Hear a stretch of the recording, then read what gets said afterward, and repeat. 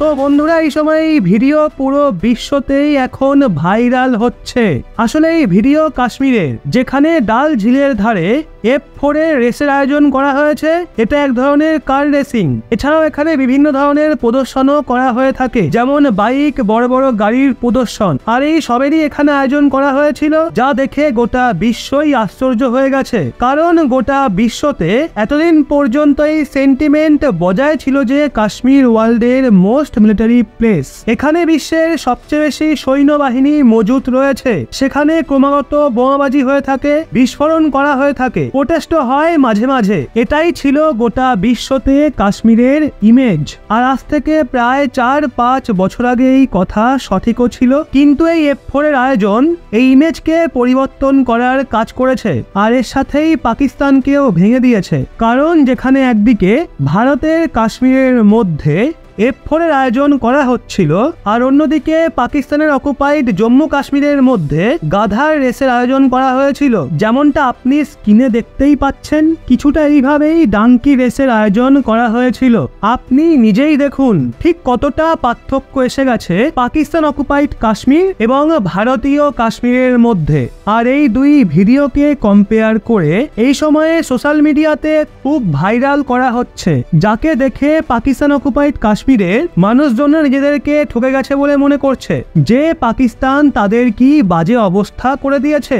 আর অন্যদিকে পাকিস্তানের যে সাধারণ মানুষরা রয়েছে, যারা পিওকের বাইরে থাকে, ওনারাও দেখে আশ্চর্য হয়ে গেছে যে পাকিস্তানের লাহোর, করাচি এবং ইসলামাবাদেতেও এমন অবস্থা এর আগে হয়নি। অর্থাৎ পাকিস্তান এখন ভারতের কাশ্মীরের সাথে কম্পিটিশন করা তো বাদই দিন, কাশ্মীরের মতো রাজ্য যাকে অশান্ত বলে মনে করা হয়, যাকে পাকিস্তান নিজের বলে দাবি করে, সেখানে আয়োজন এমন করা হচ্ছে যা দেখে পাকিস্তানও ভয় রয়েছে। কারণ এই ধরনের ভিডিও 2-2.5 বছর ধরে খুবই এসছে। বিশেষ করে যখন থেকে 370-এর ধারা সরানো হয়েছে, তখন থেকে কাশ্মীর ঘাটিতে অনেক বেশি পরিমাণে ইনভেস্টমেন্ট আসছে। আর তা থেকে সেখানকার লোকেদের জীবন আরো উন্নত হচ্ছে।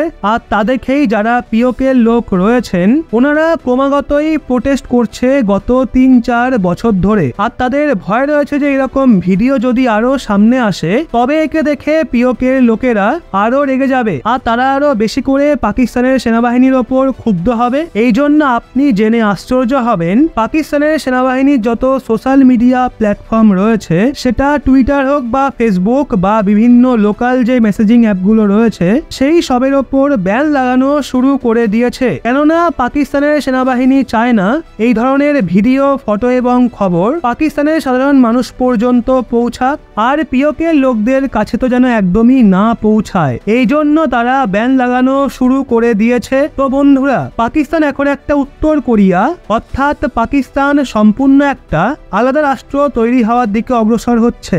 কিন্তু আমার পার্সোনালি মনে হয় না পাকিস্তানের সেনাবাহিনী এটা থামাতে পারবে বলে। এই সবের জন্য পাকিস্তান একদমই ভেঙে যাবে, এর কারণ স্বয়ং পাকিস্তান নিজেই। তো বন্ধুরা, আপনি যখনই এই ধরনের ভিডিও দেখবেন, তখনই সোশ্যাল মিডিয়াতে বেশি বেশি করে শেয়ার করবেন, যাতে পাকিস্তানিরা জানতে পারে তাদের দেশের সেনাবাহিনী তাদের সঙ্গে কি কি করছে।